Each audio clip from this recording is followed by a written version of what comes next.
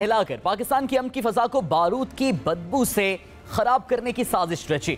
अफसोसनाक धमाके में 63 अफराद शहीद जबकि 190 से जायद जख्मी हो चुके हैं। आज पेशावर की फजा अफसुर्दा, हर घर गमनाक और शुहदा के लवाहिकीन नम आंखों से अपने प्यारों की वापसी की हसरत लिए सोच रहे हैं कि नमाज के लिए सफ में खड़े इंसान किसी के लिए क्या खतरा बन सकते थे। इस दहशतगर्दी के साने में मुलव्विस तीनों मुल्ज़मान की शिनाख्त हो चुकी है और खैबर पख्तूनख्वा हुकूमत ने 48 घंटों में दहशतगर्दों का नेटवर्क बेनकाब करने का ऐलान कर दिया है कि अपने बुढ़ापे के सहारे सुहाग, साहिबान की माने बाप और हौसला बनने वाले भाई से महरूम होने वाले पेशावर के पाकिस्तानियों की आंखों में उठने वाले सवालात के जवाब दिए जा सकेंगे। ये एक सवाल है। ब्रेक के बाद आम सेगमेंट में इसी इशू पर हम बात करेंगे। हमारे साथ मौजूद हैं वज़ीर आला खैबर पख्तूनख्वा के बावने खुसूसी बैरिस्टर सैफ साहब। बहुत बहुत शुक्रिया सर हमें वक्त देने के लिए। सर सबसे पहले तो हमें ये बताइएगा कि जो अफसोसनाक धमाका हुआ इसमें अब तक आप एग्जैक्ट फिगर्स हमें बता सकेंगे, कितने अफराद शहीद और कितने ज़ख्मी हैं? देखें, जो मुसद्दिका इतलात हैं उनकी रोशनी में तो तकरीबन 57 अफराद जो हैं वो कल हमें रिपोर्ट मिली थी कि वो शहीद हैं। हस्पताल इंतज़ामिया से पे तस्दीक भी की गई और 194 के करीब जो हैं वो ज़ख्मी थे, जिनको मुख्तलिफ़ किस्म के नोयत के ज़ख़म आए थे और उनको इलाज मालजे के बाद रुखसत कर दिया गया।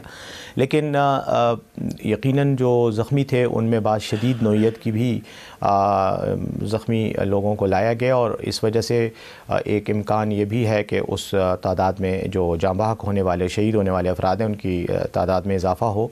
अभी मैंने कुछ सुना भी है, कोई अभी कंफर्म तो नहीं किया, लेकिन बैरिस्टर साहब ये भी बताइएगा कि अब तक की तहकीकात में क्या पेशरफ्त हुई है? क्या हुकूमत सहूलतकारों तक पहुंच गई है और ये पता चल सका है कि इसके पीछे है कौन? देखें, पेशरफ्त के हवाले से तो अभी थोड़ी देर पहले ही हमने पुलिस के साथ CCPO पेशावर के साथ एक प्रेस कॉन्फ्रेंस एड्रेस की है। उसमें तफ्तीश के हवाले से जो भी डेवलपमेंट्स हुई हैं वो आवाम के साथ शेयर की हैं। तफ्तीश ये है कि जो ख़ुदकुश बमबार था उसकी शनाख्त हो चुकी है। हमें उसके बारे में जितना एविडेंस चाहिए था, दरकार था, वो हासिल हो चुका है। उसका जो फैसिलिटेशन का जो नेटवर्क था उसको भी अनर्थ कर दिया गया है, उसका भी पता चल गया है। उनमें से भी कुछ लोगों को हिरासत में ले लिया गया है। तफ्तीश जारी है। इतना हमें यकीन है कि इंशाअल्लाह 48 घंटों से पहले इंशाअल्लाह हम तमाम नेटवर्क को और जो सहूलतकार थे, मास्टरमाइंड थे। मस्जिद में धमाके के हवाले से शवाहिद क्या मिले हैं अभी तक?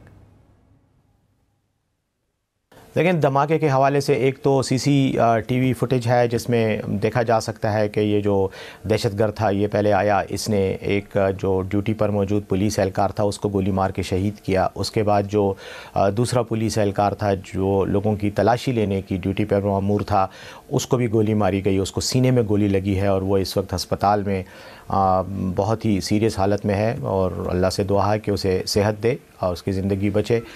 तो मजमूई तौर पर 2 पुलिस एहलकार शहीद हुए हैं, एक शदीद ज़ख्मी है।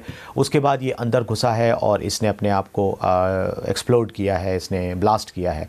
जहाँ तक इसका ताल्लुक़ है, इसका पिस्तौल, इसकी जिस्मानी अज़ा और दीगर जो शवाहिद मुतले का जो फोरेंसिक एविडेंस होता है वो पुलिस ने रिकवर कर लिया है, वो पुलिस के कब्ज़े में है। उसके अलावा CCTV फुटेज है और उसके अलावा कुछ टेक्निकल जो एनालिसिस होता है मुख्तलिफ़ शवाहिद का, टेलीफोन कॉल्स का और इस तरह की चीज़ों का, वो भी तफ्तीशी इदारों ने उसको भी एनालाइज़ किया है और ह्यूमन इंटेलिजेंस को भी बरूए कार लाते हुए ख़ासी हद तक पेशरफ्त हो चुकी है। मैं समझता हूँ कि बस कुछ इंतज़ार मज़ीद हमें करना है और उसके बाद इंशाअल्लाह ये तमाम तफसीलात मुजरिमों के साथ उनको साथ जो है। अच्छा बैरिस्टर साहब, आखिर में ये बताइएगा कि धमाके के बाद सिक्योरिटी के हवाले से फौरी तौर पर क्या इंतजामात किए जा रहे हैं?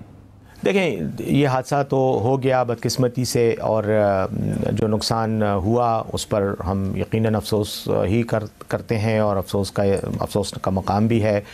लेकिन उसके फ़ौरन बाद पेशावर में भी सिक्योरिटी का जो अलर्ट है वो क्या उसको ज़्यादा पुलिस को चौकस कर दिया गया है। सिक्योरिटी इदारे और इंटेलिजेंस इदारों को वज़ीर आला खैबर पख्तूनख्वा महमूद खान साहब ने फ़ौरी तौर पर फिर एक आला सतही इजलास में उनको मज़ीद हिदायत दी हैं और IG साहब को भी जो है इस सिलसिले में इंस्ट्रक्शंस दी गई हैं।